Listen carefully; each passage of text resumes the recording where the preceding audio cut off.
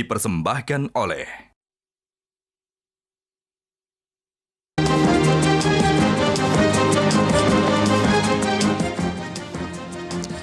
Pemirsa, Anda merasa gak sih kalau kekuatan warganet atau netizen zaman now itu dahsyat sekali?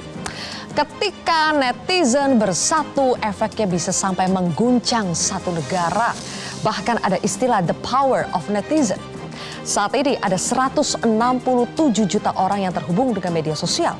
Artinya 60,4% dari total populasi Indonesia yang saat ini 276 juta orang menggunakan media sosial. Makanya nggak heran sekarang itu netizen merasa punya wadah untuk beropini, mengadu sampai mencari keadilan. Sejumlah kasus terungkap dan diusut cepat berkat jari-jari netizen.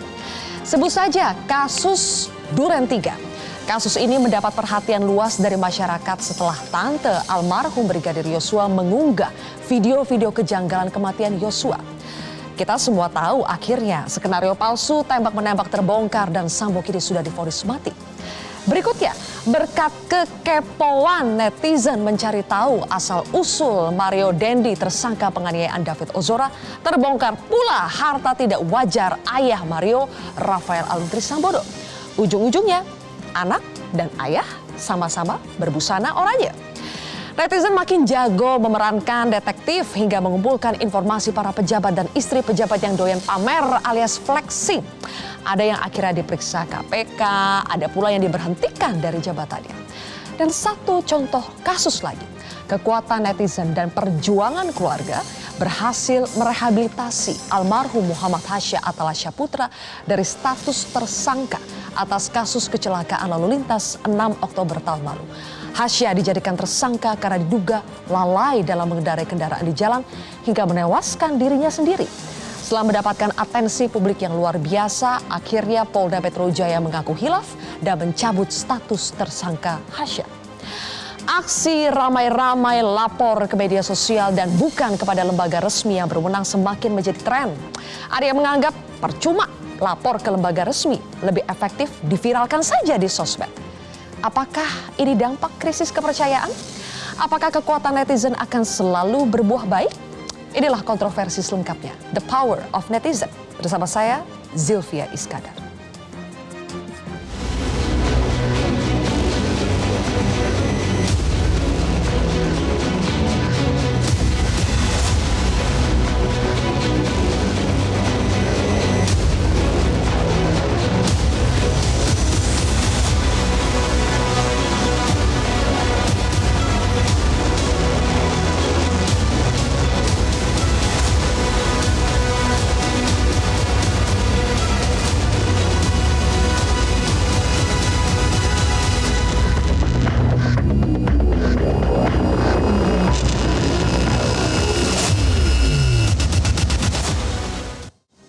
Baik, pemirsa, sudah hadir 6 narasumber di studio untuk membahas topik ini. Di sebelah kanan saya ada anggota Komisi 1 DPR RI, Dev Laksono. Kemudian juga ada komika, atau dikenal juga sebagai content creator, ada Babe Cabita. Kemudian juga ada Ibu Hasya, almarhum mahasiswa UI yang meninggal. Ada Ibu Dwi Syarifa Putri. Kemudian di sebelah kiri saya ada Wakil Ketua MPR sekaligus anggota Komisi 3 DPR, Jazilul Fawait.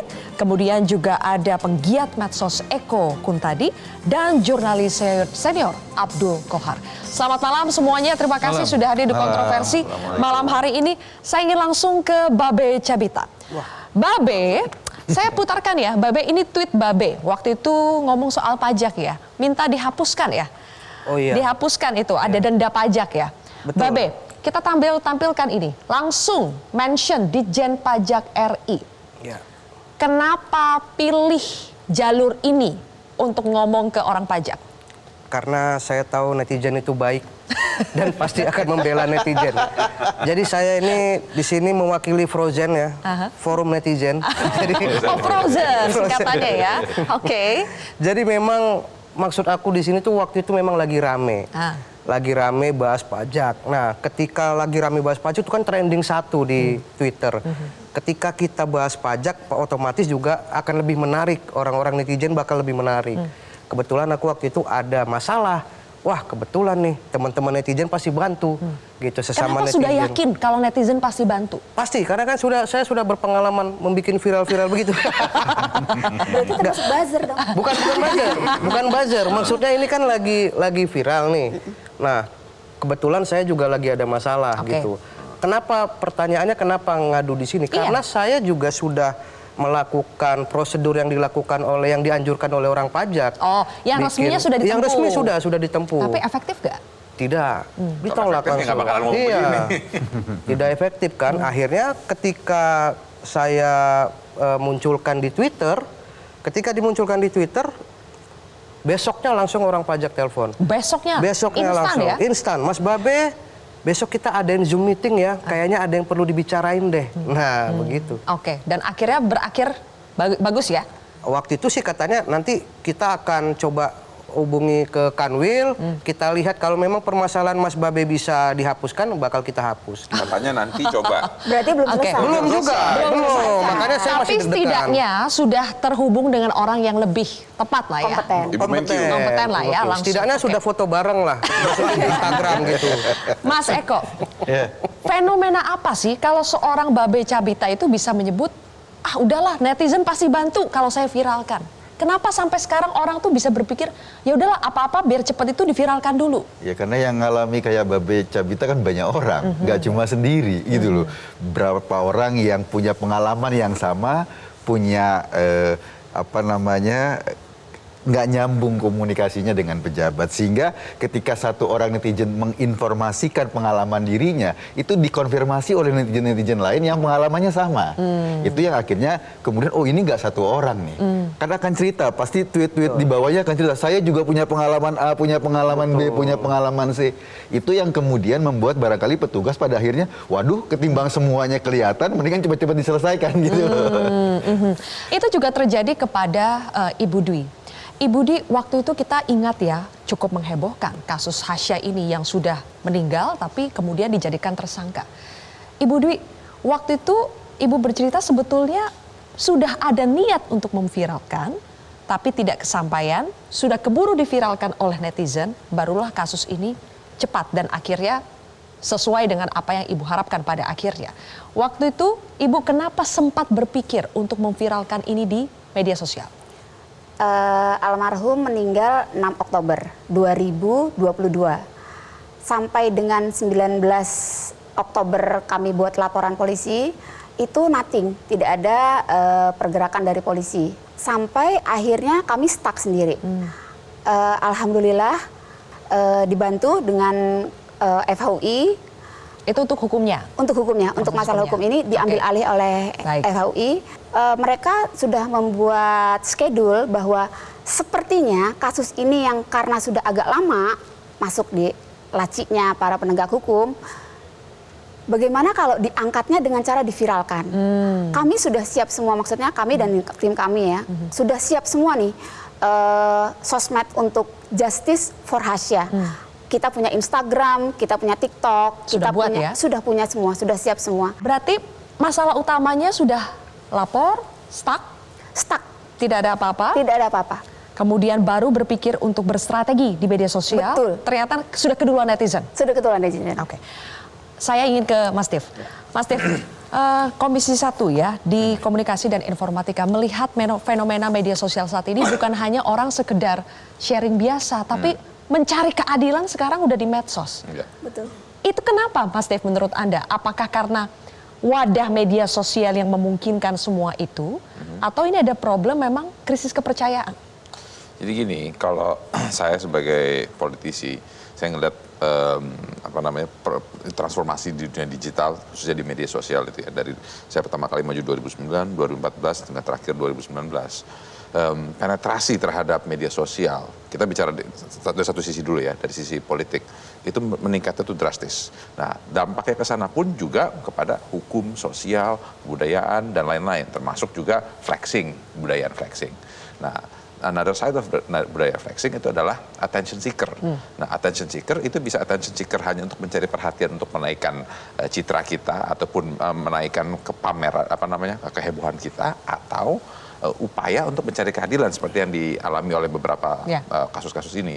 Nah, jadi pada saat melalui jalur-jalur konvensional seperti melapor ke kantor polisi, melapor ke kantor kejaksaan, sepertinya mengalami berbagai macam hambatan dan tidak ada jalan keluar. Nah, banyak orang mulai mencari jalur lain yang murah, mudah, gratis bahkan, ya, untuk bisa mengumpulkan massa lagi dalam waktu cepat, mengumpulkan massa cepat. Akan tapi sebenarnya bagi para aparat penegak hukum ini mestinya dimanfaatkan dengan baik. Nah, secara undang-undang kita sudah memiliki undang-undang PDP, undang-undang ITE, dalam KUHP juga sudah diatur tentang penggunaan media sosial. Nah, hal ini semestinya itu harus dieksploitasi oleh para penegak hukum. Sekarang juga sudah dilakukan kan. Semua kantor-kantor mulai dari DJP, polisian, sampai BIN pun juga memiliki akun media sosial yang aktif. Tujuannya adalah untuk menggali informasi, membuka jalur komunikasi agar mudah berkomunikasi. Oke, harusnya dimanfaatkan ya. Tapi Bang Jazilul, ini pukulan nggak sih buat aparat ya? Karena selama ini kan banyak yang menyasar aparat. Ngadu-ngadu ini karena merasa aparat tidak bisa berbuat apa-apa. Ini pukulan tidak buat penegak hukum? Tentu menjadi pukulan utamanya untuk melakukan evaluasi perbaikan. Karena memang sekarang ini ada parlemen netizen. Kalau dulu ada parlemen jalanan gitu. Netizen juga Ketuanya menjadi... siapa itu parlemen netizen? Itu tadi Babe. Ketua DPR-nya. Ketua DPR, fraksi netizen. Nah ini apa? Sangat penting menurut saya, apakah kepada penegak hukum atau perbaikan semua lembaga. Karena memang di setiap lembaga selalu ada bottleneck di situ atau masalah di situ yang kadang tertutupi gitu. Nah ketika itu kena, screenshotnya netizen gitu misalkan, nah itu langsung terungkap. Dari sinilah kemudian parlemen netizen ini harus juga dihitung apakah oleh DPR, apakah oleh lembaga pemerintah yang lain, bahwa itu adalah kekuatan, bahwa itu sesuatu. Tapi sebaliknya ya Zilvia dan pemirsa, banyak juga karena dunia internet ini kegiatan-kegiatan kejahatan juga dilakukan. Betul.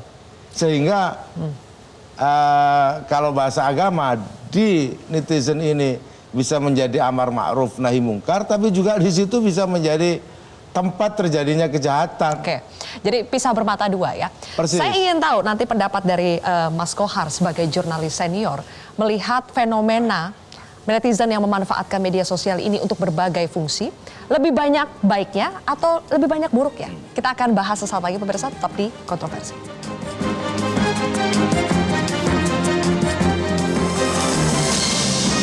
Budaya kekepoan kitanya itu sudah mengakar gitu ya. Dan kadang bablas ya. Dan pergosipan itu sudah menjadi dalam kehidupan sehari-hari.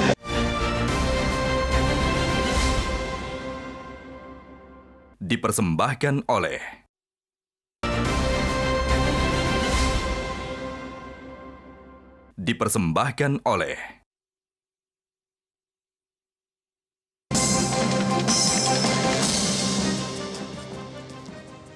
Mas Kohar, kalau kita di media mainstream itu kan pekerjaan jurnalis harus melakukan proses verifikasi. Tapi kalau di media sosial itu tidak ada, bebas saja. Jadi lebih banyak baiknya atau buruknya kalau dengan cara kerja seperti itu? Ya tergantung dari mana kacamata kita melihat. Dalam masyarakat yang sudah terbuka, masyarakat yang sudah melek literasi, yang literasinya bagus, maka sebetulnya media sosial lebih banyak kegagduhan akhirnya. Menggarami sesuatu yang sudah asin, kira-kira begitu. Menambah gula yang sudah manis. Tetapi di masyarakat yang masih tertutup, maka kekuatan-kekuatan semacam ini itu akan membangun simpul-simpul menjadi sebuah kekuatan sipil. Nah, apa artinya? Indonesia kan dideklar sebagai negara yang sudah demokratis. Tetapi prinsip-prinsip demokrasi kita kan selama ini kan masih dikritik, masih dalam tataran ornamental gitu loh.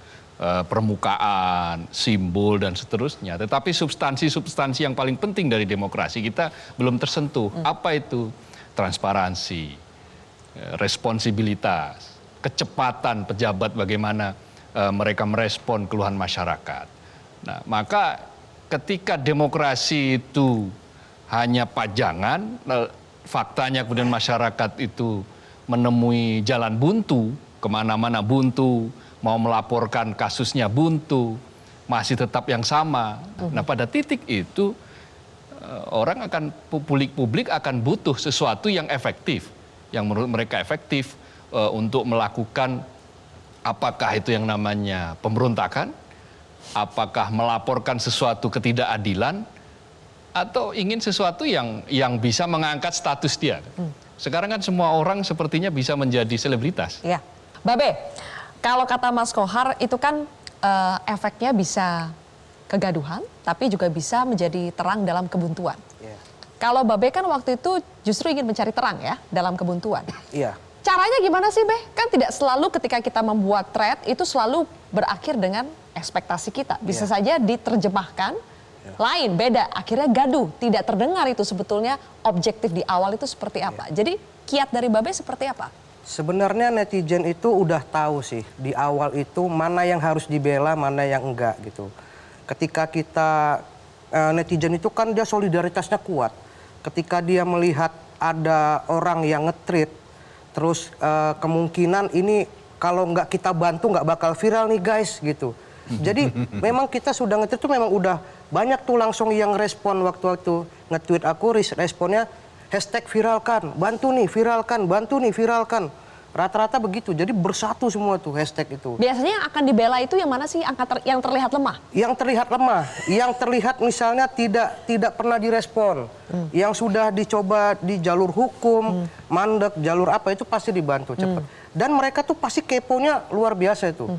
Keponya tuh mengawalnya tuh sampai sekarang aja itu yang nge-DM aku banyak gitu. Oke. Gimana Be, dihapus nggak? Baik. Gimana Be, sekepo itu? Oke. Dihapus nggak? Belum. Makanya tunggu. Iya. Setelah tayangan ini mungkin dihapus. Makanya kita nanti update lagi nih. Belum dihapus nih guys. Nah, nanti mereka hashtag wah viralkan lagi dong. Jadi ada solidaritas ya, Mas Eko? Solidaritas. Tapi begini, solidaritas itu kan kadang-kadang subjektif juga.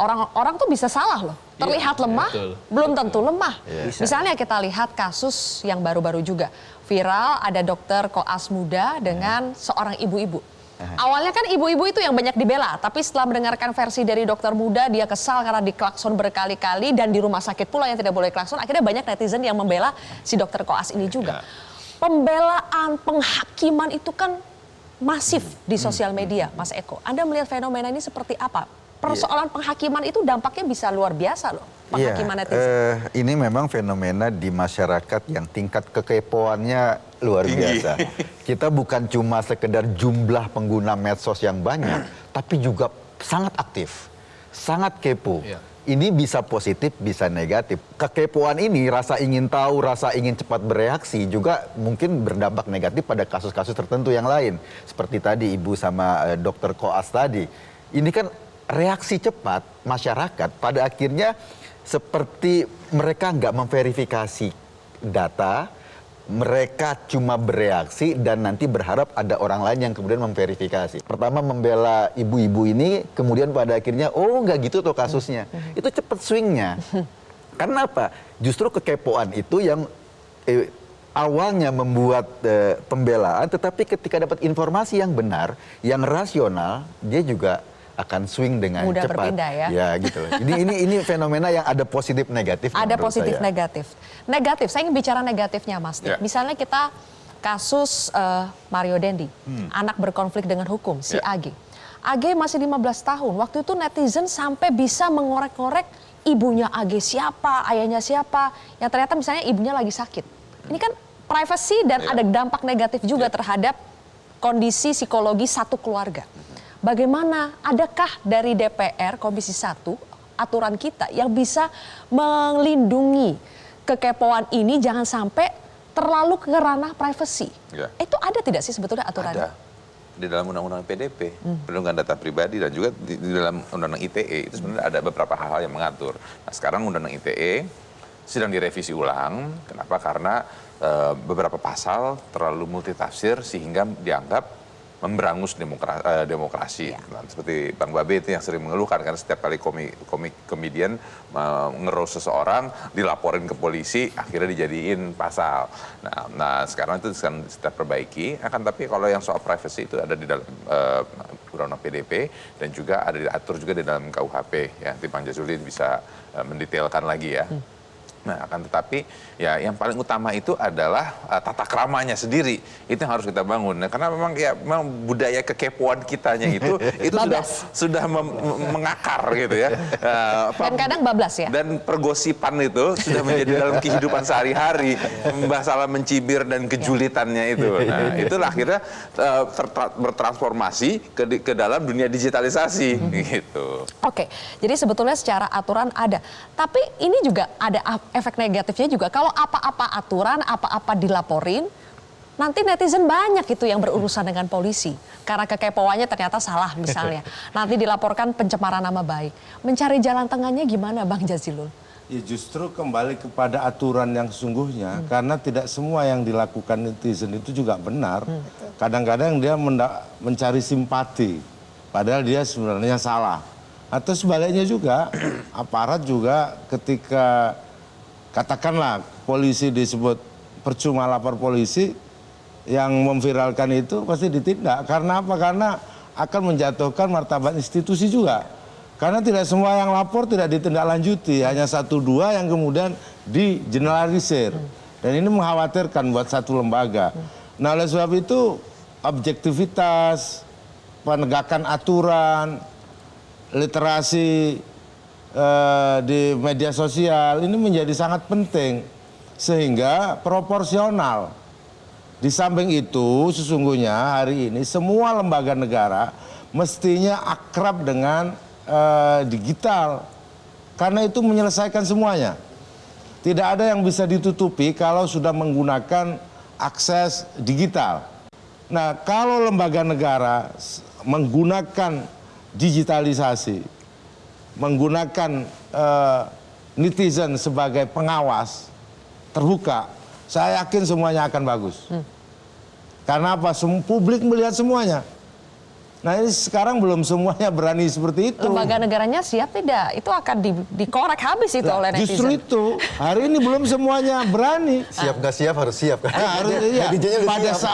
Pada saatnya netizen itu menjadi pengawas yang efektif.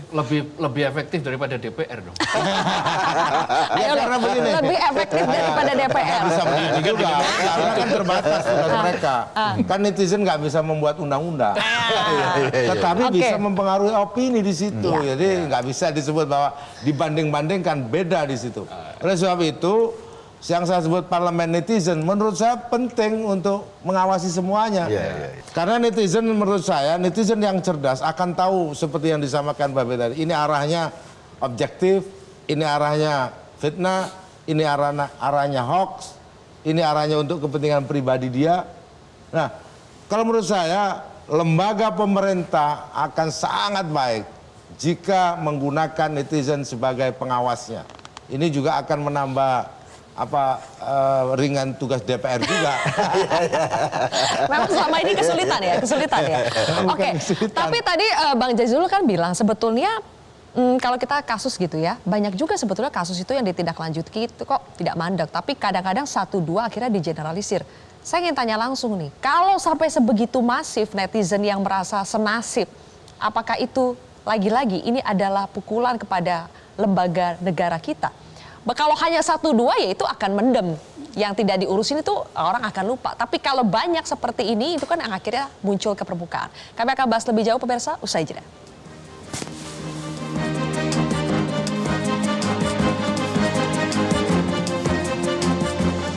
Ini loh ada pejabat pajak kayak gini, apakah halal atau tidak?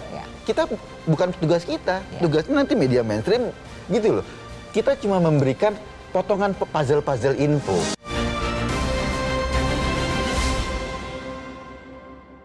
Dipersembahkan oleh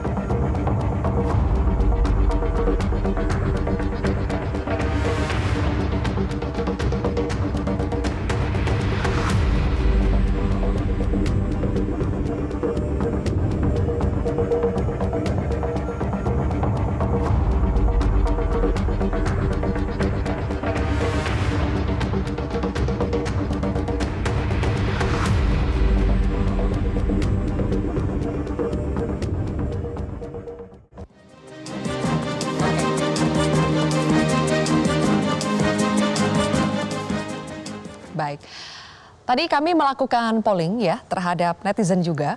Ibu Dwi tadi 56,3% mengatakan kalau mereka punya masalah, kesandung masalah, itu memilih sebarkan ke medsos.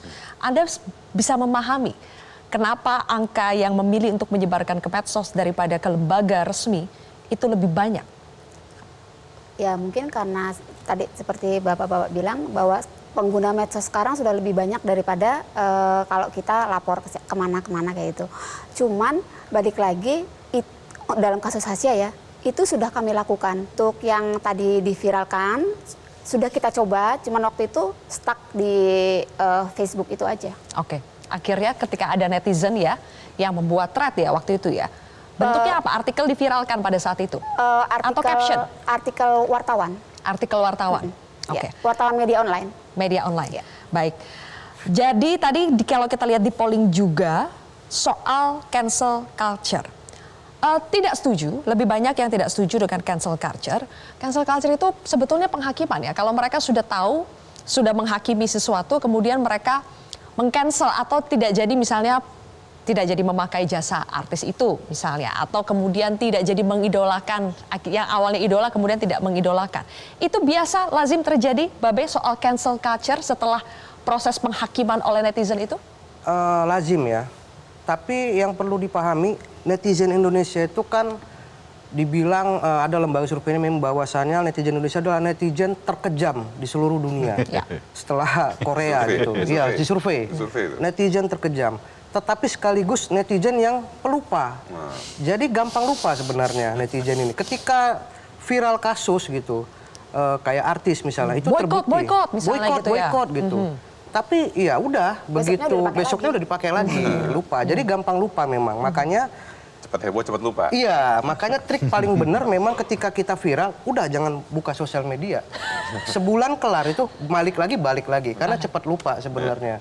Jadi ngademinnya begitu. Ngademinnya seperti Iya, itu ya? dan benar tadi kalau memang surveinya bilang lebih besar yang tidak setuju, memang benar di Indonesia banyak yang awal mulanya dibully, tapi nanti udah lupa, dipuja-puja lagi kok, gitu.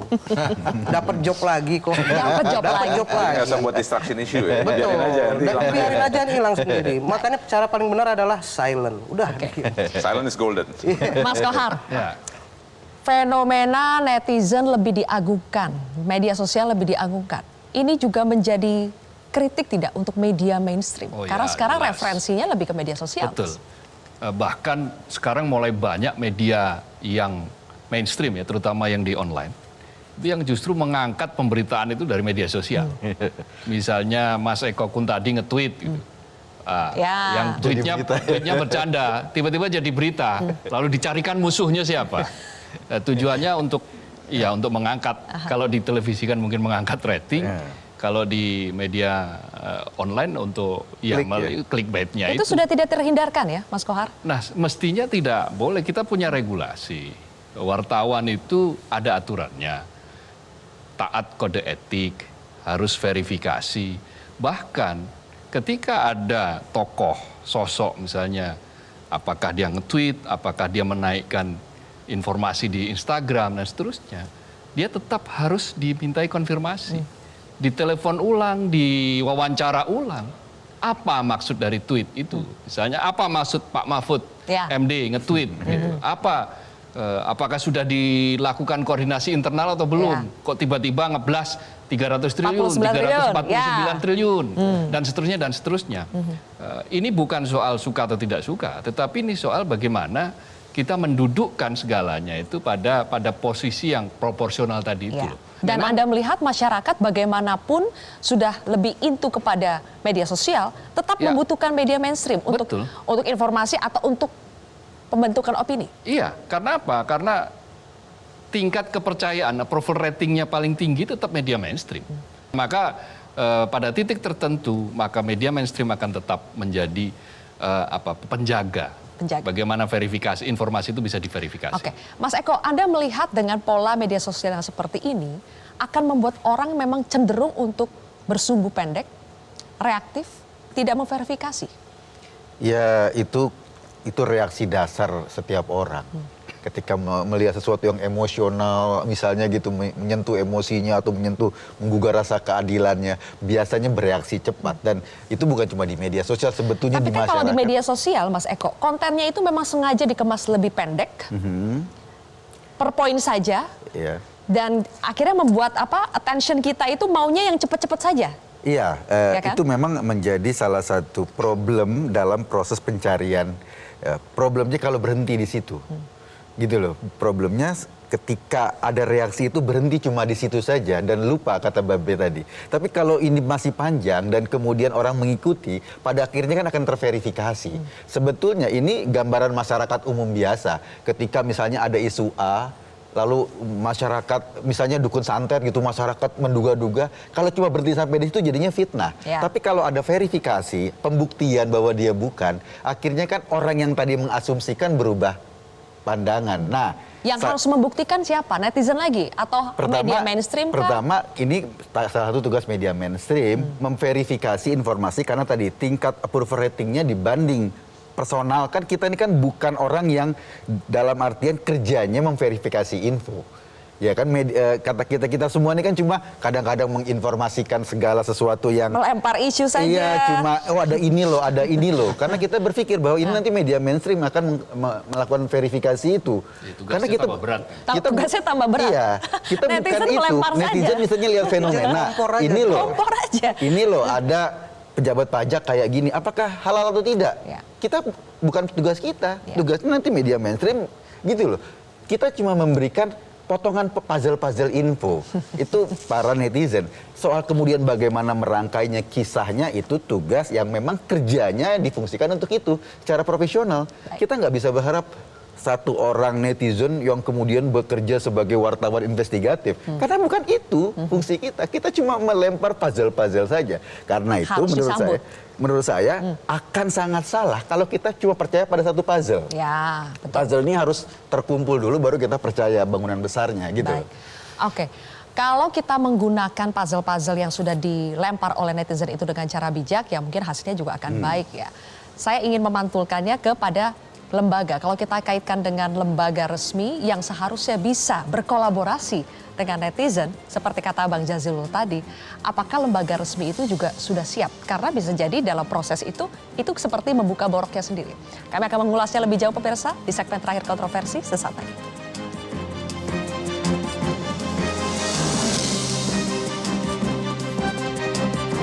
Supaya gelanggangnya itu lebih bebas, orang menyampaikan tidak kena pasal hukum. Jadi memang didorong Pencemaran. untuk lebih bebas. Iya, mau tidak mau.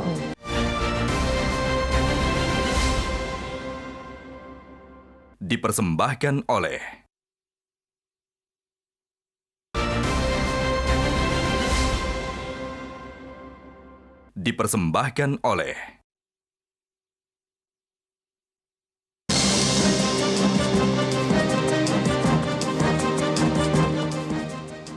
Mas Dev, Anda sepakat memang seharusnya lembaga-lembaga negara itu bisa memanfaatkan netizen untuk menjadi mata telinga mereka dan kemudian memproses itu menjadi sesuatu yang lebih konkret. Ya, itu kayak pisau bermata dua ya. Jadi one way itu adalah satu cara yang baik untuk menggather information, mencari informasi dan juga membuka komunikasi, dan juga bisa digunakan undang-undang informasi keterbukaan. Tapi di satu sisi ya, ini seperti kita kembali ke zaman era perang dingin, di mana adanya spy. Ya, intel yang bergerak di semuanya. Jadi seperti ke zaman Orde Baru, semuanya saling mengintai. Nah, jadi kayaknya seolah-olah ada mata telinga di mana-mana gitu. Ya. Kita gerak-gerik aja, istilah kentut aja kedengeran, ketahuan gitu. Jadi bagaimana pemerintah itu benar-benar bisa melayani, mengayomi dan juga melindungi masyarakat. Nah, akan tapi jangan sampai ya ini jadi kebablasan, akhirnya menjadi cara untuk kekuasaan penguasa untuk terus mengontrol opini publik ataupun juga menekan lawan politiknya. Jadi harus hati-hati dan juga tetap harus mendorong keterbukaan informasi agar demokrasi benar-benar berjalan. Baik, ini menarik ya. Kalau sudah menyentuh soal politik, Bang Jazilul, kita kan sudah mau menghadapi pemilu 2024 dan kita tahu bagaimana gaduhnya medsos itu kalau sudah menjelang pemilu. Iya, Pak Eko. Perang opini, provokasi di situ. Bagaimana ini supaya tidak bablas dan tidak dimanfaatkan oleh politisi-politisi yang nakal untuk menggiring opini yang salah dan akhirnya memecah belah kita lagi. Nanti cebong lah, kampret lah, pecah lagi kita. Jadi tidak terhindarkan bahwa dunia netizen ini, dunia maya ini sangat berpengaruh pada dunia nyata hari ini. Bahkan apa yang terjadi di dunia maya itu menjadi pertimbangan utama di dunia nyata. Namun dunia maya itu selalu indah sebenarnya. Orang melihat, kenapa disebut indah itu? Karena setiap orang sekarang bisa memberitakan apapun. Dirinya maupun orang lain. Dan tadi terkonfirmasi disebar kemana? Pasti ke media sosial. Orang nggak bayar, nggak ada tata caranya. Namun di situ juga, apalagi di politik hari ini, itu juga nggak ada. Itu KPU, Bawaslu belum bisa. Iya. Membuat standar bagaimana kampanye di media sosial. Dan justru menurut saya, jadikan itu sebagai bagian dari pendewasaan. Oleh sebab itu Komisi 3 DPR sekarang sedang merevisi Undang-Undang ITE supaya apa? Supaya gelanggangnya itu lebih bebas, orang menyampaikan tidak kena pasal hukum. Jadi memang didorong untuk lebih bebas. Iya, mau tidak mau, arahnya harus ke situ. Makanya biar saja politisi menggunakan itu. Toh semua kelakuan politik, kelakuan politisi, kelakuan partai, itu semua bisa diungkap di media. Baik, tadi ada poin menarik, Babe, perbaikan pelayanan publik. Anda melihat memang netizen itu bisa menjadi garda terdepan untuk perbaikan pelayanan publik?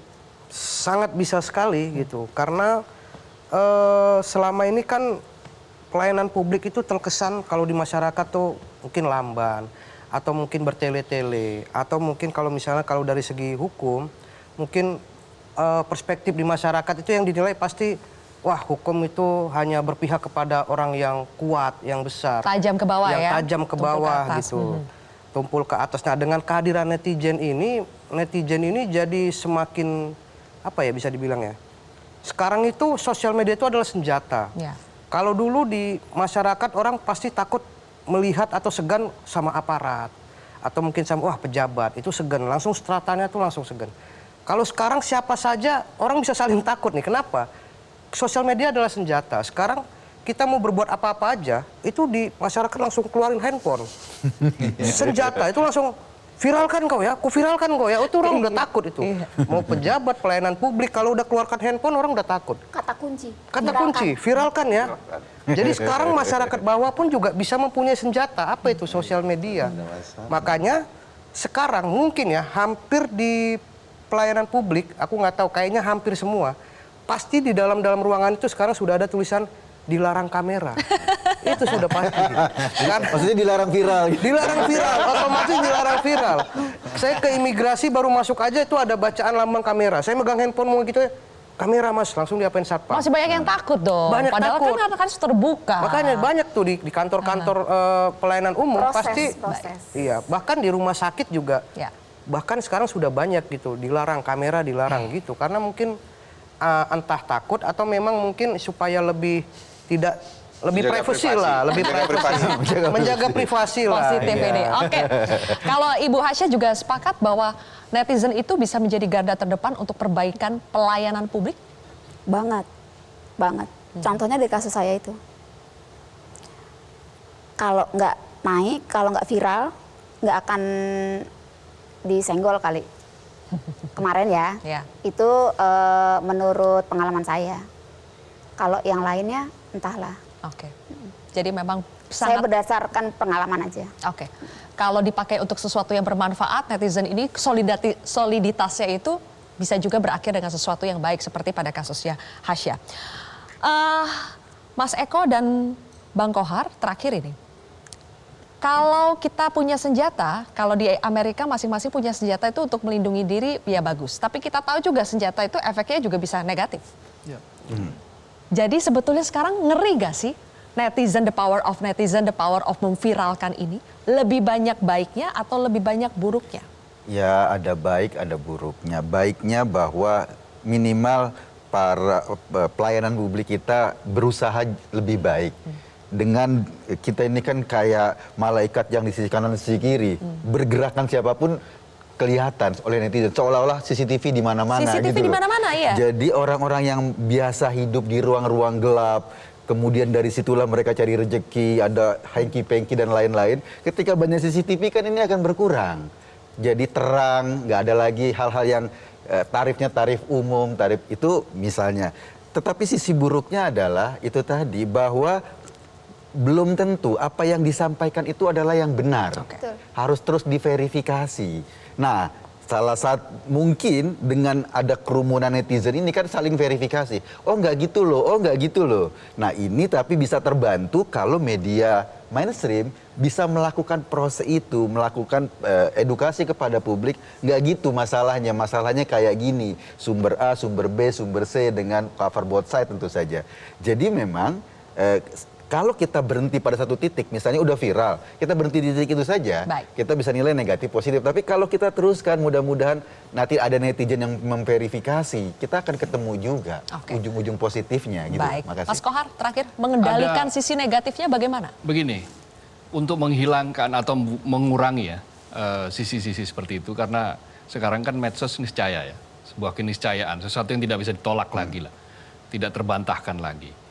Maka sekarang ada spirit namanya kolaborasi. Bahkan antara media mainstream itu juga sudah terjadi apa yang disebut dengan kolaborasi cek fakta. Kalau persoalan literasi kepada publiknya, literasi kepada netizennya itu tugas siapa sih sebetulnya Mas Kohar? Masa media mainstream lagi, banyak banget tugasnya kan? Tugas siapa kalau persoalan literasi, bagaimana bermedsos dengan bijak, harus verifikasi terlebih dahulu? Literasi itu kan kuncinya di pendidikan. Nah, maka pendidikan di segala lini, baik itu pendidikan, terutama pendidikan formal, karena memang pendidikan formal kan fungsinya utamanya adalah untuk itu, memberikan literasi yang sebaik-baiknya kepada seluruh anak bangsa. Jadi masukin dalam kurikulum gitu Bang? Loh, iya, kalau perlu kurikulum tentang media sosial, dan ini bisa dimasukkan di dalam kurikulum bagaimana bermedia sosial yang benar, yang baik, ya, yang baik, yang beretika. Seperti kayak pemberitaan-pemberitaan terkait dengan para selebritas misalnya. Selebritas itu kan banyak sekali diaduk-aduk kehidupan pribadinya, wilayah privatnya, padahal itu bukan sesuatu yang mestinya muncul. Kadang-kadang mereka juga yang mau Bang. Nah, untuk menaikkan itu ya. Literasi kuncinya pendidikan, tadi juga ada spirit kolaborasi media mainstream dengan media sosial ya. Mudah-mudahan the power of netizen ini kita doakan lebih banyak baiknya lah ya daripada buruknya, dan kita bisa sama-sama mengendalikan sisi negatifnya. Terima kasih Mas Dev, Mbak Beca Beta, kemudian Ibu Dwi, Mas Kohar, Mas Eko, dan juga Bang Jazilul. Terima kasih sudah bergabung bersama kami di Kontroversi malam hari ini. Pemirsa, saya Zilvia Iskandar mewakili rekan-rekan bertugas mengucapkan terima kasih atas kebersamaan Anda. Kita jumpa lagi minggu depan. Sampai jumpa.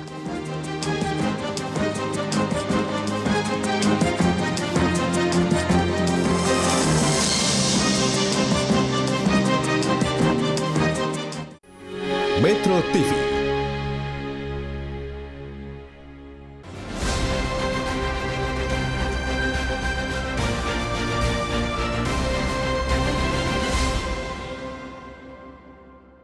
Dipersembahkan oleh